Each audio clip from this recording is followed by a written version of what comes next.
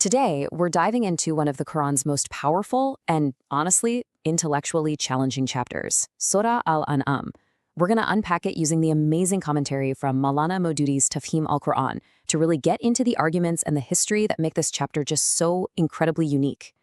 So, our focus is the 6th chapter, Al-An. Now, the name translates to the cattle, which might sound kind of simple, right? But believe me, the chapter itself is anything but. It is a massive, powerful argument that was revealed at such a critical moment. And here is where things get really interesting. Think about this. According to the commentary, this entire super long chapter was revealed to the Prophet Muhammad all at once, in a single sitting. That's just wild. It's not a collection of verses that came down over time. It's one complete, seamless argument delivered with incredible force. So, to really get why this surah is so potent, we have to understand when it was revealed. You know, context is everything. This isn't just some abstract theological text. It was a direct response to a very real, very intense situation on the ground. You see, the commentary explains that the Prophet's mission in Mecca had a few different phases. In Surah Al-An, it comes right at the end, in this third and final phase. This was a time of just extreme opposition. We're talking social boycotts, intense persecution, and constant intellectual attacks. It was right before the migration to Medina, and the message of Islam was facing, well, its toughest test yet. So what was this fight all about? At its very heart, this surah is an intellectual battleground. It lays out a systematic, logical case against the dominant belief system of that time, polytheism, or as it's known, shirk. And the main idea it uses to make its case is the concept of Tawheed. Now, this isn't just about saying you believe in one God. No, it's a whole worldview. It's the idea that God's oneness is absolute and indivisible. He's the only creator, the only sustainer, and the one true source of all authority and all guidance. And this slide really breaks down the two opposing systems. On one side, you've got Tawheed, one creator, a direct line to God, and a single unified source for morality.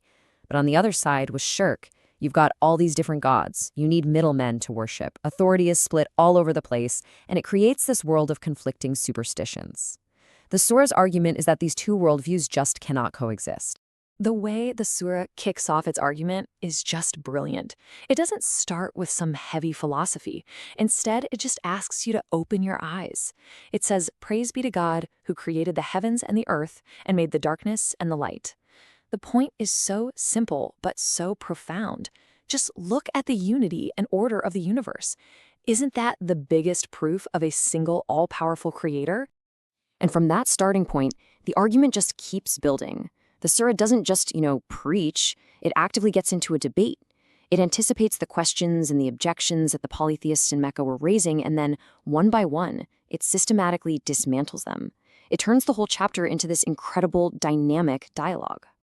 Okay, so this was a huge sticking point for them. The opponents were basically saying, look, if this message is really from God, why is it being delivered by a man who's just like us? Why wouldn't God send some spectacular being, like an angel? They were really trying to challenge the prophet's authority. And the surah's response is just pure logic. First off, a human messenger can actually live among people. He's relatable, a practical example you can follow. Second, can you imagine an angel in its true heavenly form? It would be terrifying, not guiding.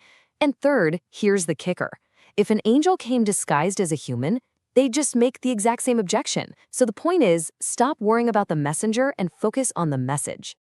All right, so their next big demand was for a show. They wanted a supernatural sign, a miracle on command. Something that would break the laws of nature right in front of them, like some kind of magic trick to force them to believe. But the surah just flips this whole idea on its head. It basically says that asking for a sign is kind of absurd when you're literally surrounded by them. The sun rising and setting, the stars in the sky, a tiny seed sprouting from the ground. These are the real, constant, undeniable miracles. The problem isn't a lack of signs, it's a lack of paying attention.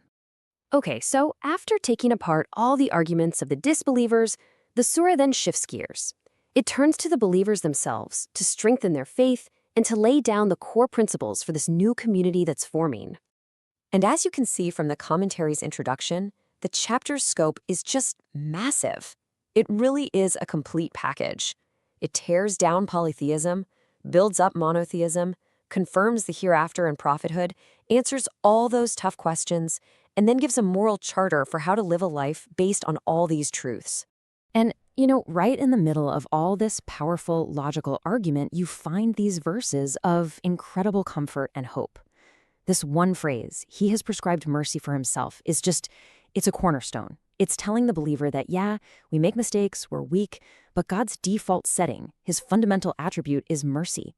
It's a permanent, open invitation to turn back to him no matter what. So when you put it all together, the surah is basically laying out this 4-step journey. It starts with just observation. Look at the world around you.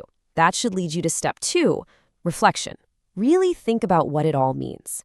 And that reflection should help you detach from all the baseless traditions and superstitions you grew up with. And the final logical destination of that journey?